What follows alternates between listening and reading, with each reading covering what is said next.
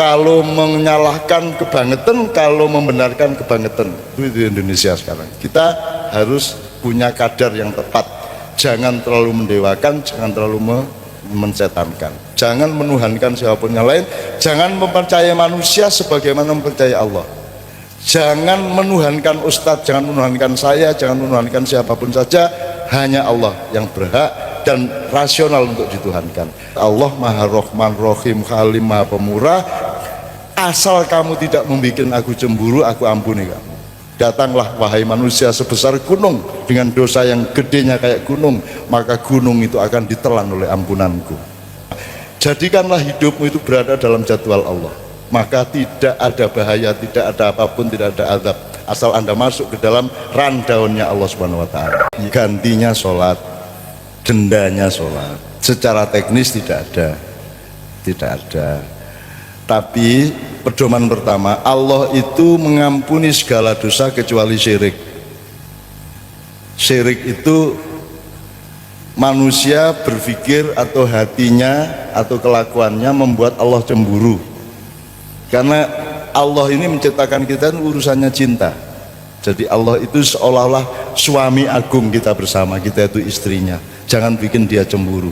Dia satu-satunya Allah dan mengabdi hanya kepada dia, mengakui hanya kepada dia, jangan kepada yang lain. Apalagi banyak orang yang menuhankan dirinya, mengharamkan sesuatu seolah-olah dia Tuhannya. Itu namanya Fir'aun. Yang menuhankan dirinya itu di dunia ini contohnya adalah Fir'aun. Sampai oleh Allah jenazah Fir'aun itu diawetkan beribu-ribu tahun di dalam lautan dan ditemukan kembali, dan sekarang Anda bisa lihat jenazahnya Fir'aun itu masih utuh. Ya tidak utuh seperti orang hidup, tapi pokoknya masih rambutnya jelas, hidungnya seberapa, tinggi badannya jelas. Dan alhamdulillah Kiai Kanjeng ini boleh masuk ke tempat penyimpanan jenazah Fir'aun itu. Jadi kita nonton ke tempat Fir'aun, saya di dua tempat. Yang satu ke tempat dia meninggal di lubuknya piramid. Jadi melburono kudu ini, kudu melaku setengah ndodok kayak mergo hanya tingginya hanya segini. Jadi aku kira-kira melaku 600 meter nganggu setengah berangkang untuk melihat kuburannya Fir'aun secara resmi. Sekarang kalau di Jawa namanya petilasan, tapi kalau jasadnya ada di Museum Internasional di Kairo, dan kita semua masuk. Dan Pak Nevi ini begitu lihat mayat Fir'aun menggerik, oh kita bocah jangan nambuh tenan nih. Wong gede nih kaya ngono, ampuhe kaya ngono, Nabi Musa dikongkon ngelawan kuwi karo Nabi iki mung bocah. Oh kita bocah ngono kuwi asu tenan aja siji. Kayak iso-isone gitu ya. Nah Fir'aun itu dikutuk karena dia bukan hanya bikin Allah cemburu, bahkan mengklaim dirinya Tuhan. Kan gitu. Wong selingkuh dari Allah aja dia cemburu. Makanya saya bikin buku dan Allah dan Tuhan pun cemburu. Itu ojo, karena hidup ini urusannya cinta, transaksi dan perjanjian cinta dengan Allah. Allah mengatakan kepada Rasulullah Muhammad SAW, Muhammad bilang sama orang-orang itu, kul, katakan, in kuntum tuhibbunallaha fattabi'un. Kalau kalian memang mencintai Allah, melu aku gini, tak dudui dalane, gitu ya. Jadi kalau Anda bolong-bolong sholatnya, aku takon sing ora bolong sholat angkat tangan. Sing ora bolong blas, ora ono mbak, tenang wae. Iki bolong kabeh. Tidak berarti bolong boleh, tetap secara regulasi dan yuridis tetap salah secara teknis. Tapi Allah Maha Rahman Rahim Halim Maha Pemurah. Asal kamu tidak membuat aku cemburu, aku ampuni kamu. Datanglah wahai manusia sebesar gunung, dengan dosa yang gedenya kayak gunung, maka gunung itu akan ditelan oleh ampunanku. Gitu loh. Jadi tidak apa-apa, bukan terus apa-apa bolong rojo ya gitu. Tetapi saya kira eliminasi atau pembersihan Anda dari kesalahan bolong-bolong sholat itu adalah kesungguhan hatimu untuk menyesali, kemudian kesungguhan hatimu untuk berusaha jangan bolong. Saya kira itu akan dihargai oleh Allah dan Allah akan mengampunimu. Ini ya Dik ya, tenang ya. Oke. Maka carilah suami yang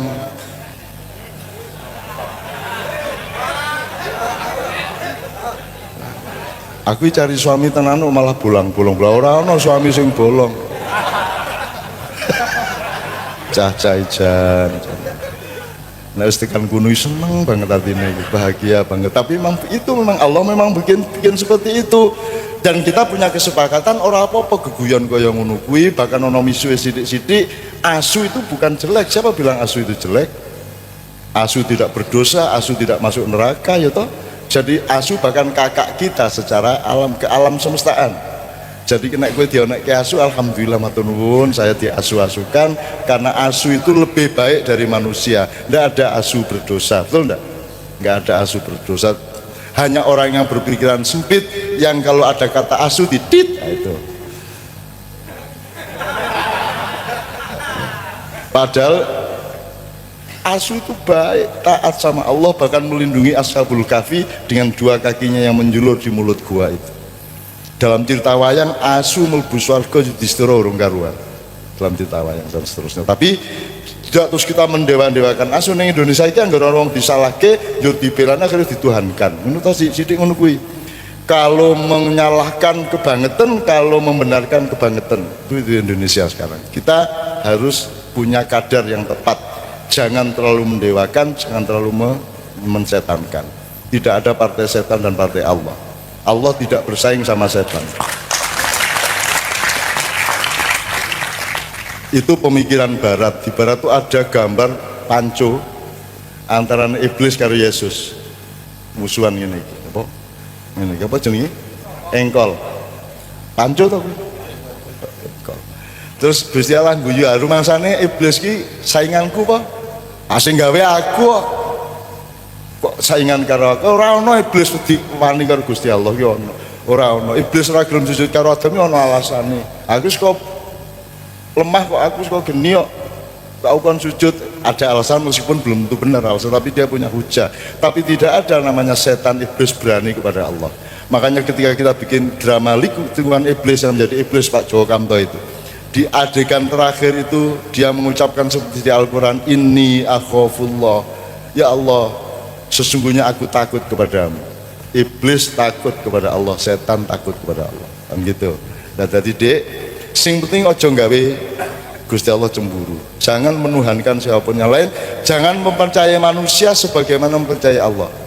Jangan menuhankan ustadz, jangan menuhankan saya, jangan menuhankan siapapun saja. Hanya Allah yang berhak dan rasional untuk dituhankan. Bolong-bolongmu tak dongake dan aku yakin, aku optimis, mergo kowe wis takon kowe ini berarti kamu kan bener-bener kepikiran dan insaf sudah ya. Berarti insya Allah diampuni, ngono ya. Ning aja kok balongi meneh. Kuwi penggaweane bojomu.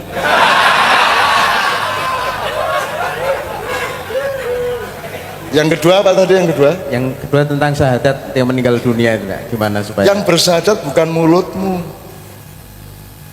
Loh ya mungkin mulutnya juga, tapi nomor satu yang dilihat bukan mulut. Nek neng apal-apalan mbok nggo tape recorder, mbok nggo handphone. Pokoknya pas nazak gitu dicekeli handphone terus la ilaha illallah, la ilaha, la ilaha, asyhadu alla ilaha illallah kan. Nanti itu jangan dilatih dengan mulut. Hatimu resiki dan tauhidkan hatimu, maka otomatis kamu akan bersyahadat. Nanti yang bersyahadat jiwamu bukan mulutmu. Mungkin lewat mulut, mungkin tidak.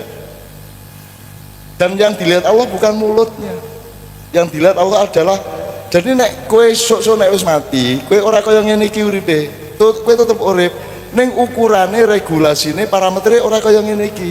Dadi kowe iso ndelok wong sing bersuara jerone dudu cangkeme. Sok-sok kowe nek wis ora ana, kowe ndelok anakmu, ndelok bojomu, kowe ndisiki ngono ya. Ya, upamane ya. Njur kowe teko ngawasi bojomu rabi meneh apa ora, ya. Nanti di sana kamu tidak punya rasa cemburu seperti itu karena yang kamu lihat bukan suaminya secara fisik, tapi gelombangnya yang kamu tangkap, gelombangnya. Rasulullah bersama kita, tapi tidak dengan disiplin fisik dan material, melainkan dengan pertemuan frekuensi software gitu ya Dik ya. Itu. Jadi sing penting hatimu tenanan bertauhid, maka akan otomatis bersyahadat. Meskipun kamu tidak lah piye oke wong sing wis ora iso omong anak kudu maca syahadat piye? Oke lho wong sing aku ngandani nazak berkali-kali lho Mas. Sutra kan ngono. Masa terus malaikat apa iki? Ya ora mungkin lah. Ora mungkin malaikat sing didelok atimu, kualitas tauhidmu itu yang akan berbicara kepada dia. Makanya Allah mengatakan di Al-Qur'an semua akan diadili untuk mengaku, baik kolbumu, fuadmu, jadi hati berlapis-lapis, ada hati yang terdalam itu namanya fuad, hati yang di luar namanya kolb, itu semua akan mengaku kepada Allah. Jadi sing dirungokake Gusti Allah dudu cangkem, ora disebut cangkem loh. Sing dicukupi tangan, sikil, iso ning cangkem ora. Gitu loh. Jadi al cangkemu itu ya dia ya. Jadi lupa apa? Waktu nazar. Waktu sakaratul lupa. Ya ndak hanya saja lupa sembarang nek wis sekarat ki lali kabeh. Wis lali. Apa ana wong sekarat dangkleng. Tongseng ya ora ono. Ya mesti lali ya. Maka yang berbicara jiwamu, hidupmu secara menyeluruh itu yang akan berbicara kepada Allah. Dinilai hatimu tauhid apa tidak, maka hatimu bersyahadat di pendengarannya para malaikat meskipun mulutmu tidak mengucapkannya. Lho oke wong sing ning meninggal iki wis ora kelingan apa-apa, jenenge arep mati kok kon kelingan. Mesti urung tahu.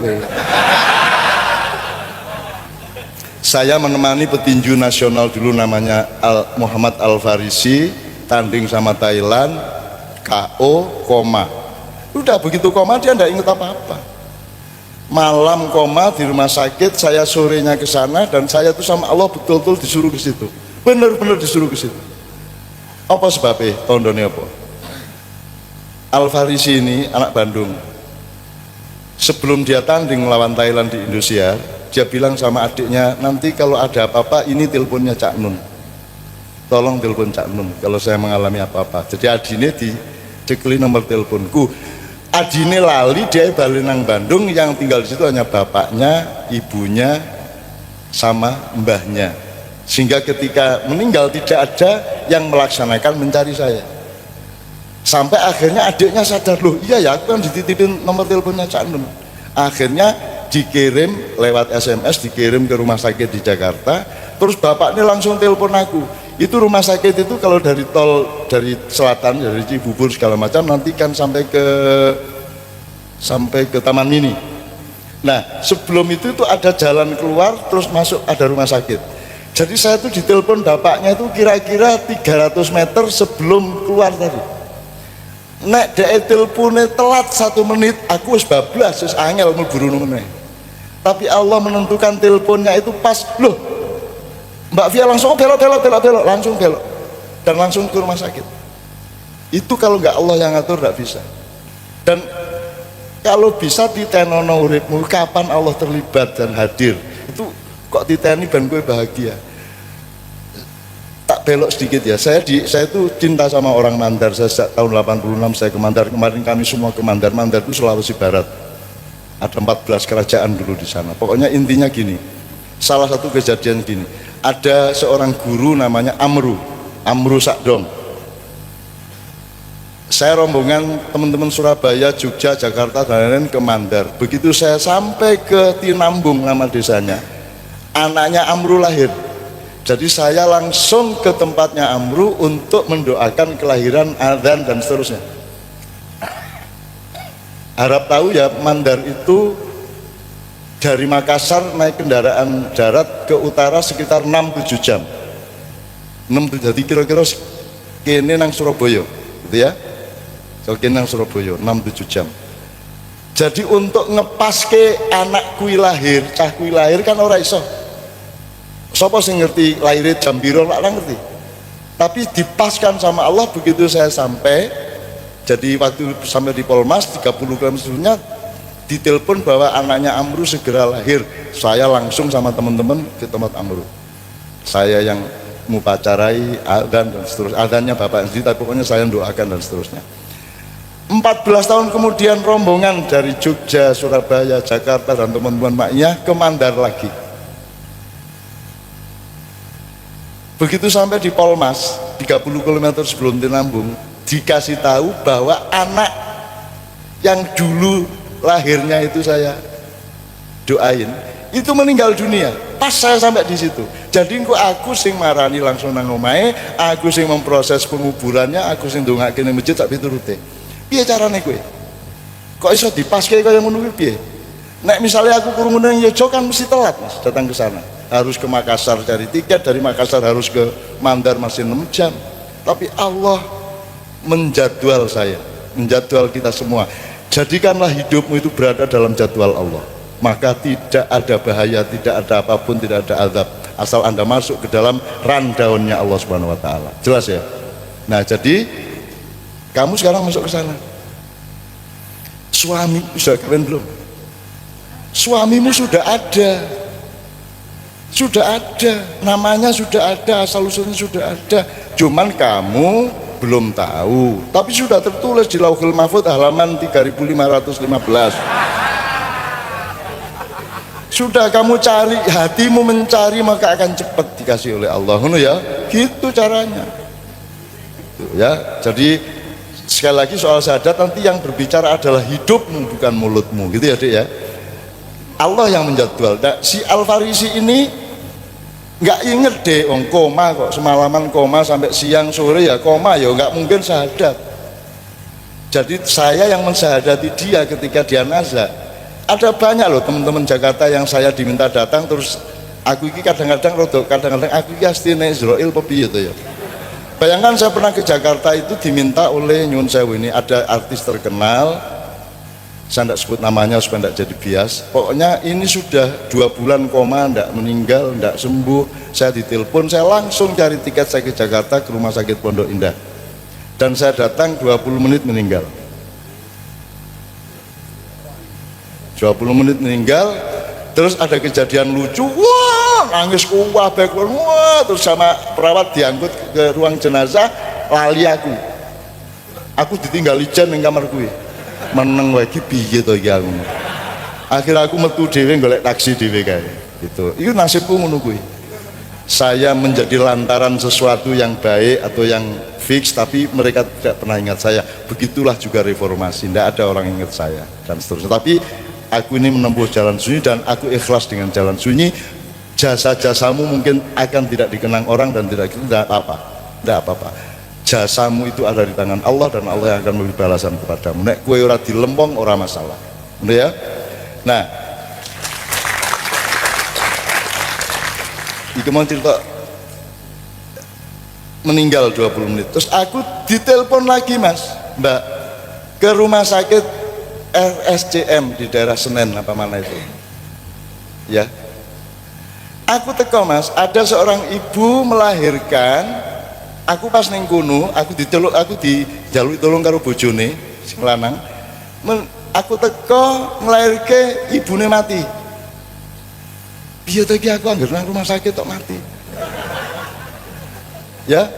Terus aku duwe duit bar entuk honor langsung tak keke bojone mesake iki duwe anak ibune ra ono. Wis iki nggo sangumu. Sak onone duit tak keke kabeh. Bocah jenenge Halim. Wis bar Halim beres, bayine diurus perawat, aku ditelepon meneh ana wong loro ning rumah sakit Persahabatan. Aku rono 20 menit mati meneh. Terus ya Allah, sudah cukup ya ngono, cukup 3 jam. 3 jam iki nek diteruske iki iso dadi mitos. Suatu hari aku ngeterke Mbak Via show nyanyi bareng sama Krisdayanti. Krisdayanti ketemu aku Melayu. Lho, apa Kris? Cak, nek aku loro gak usah besuk lho, Cak.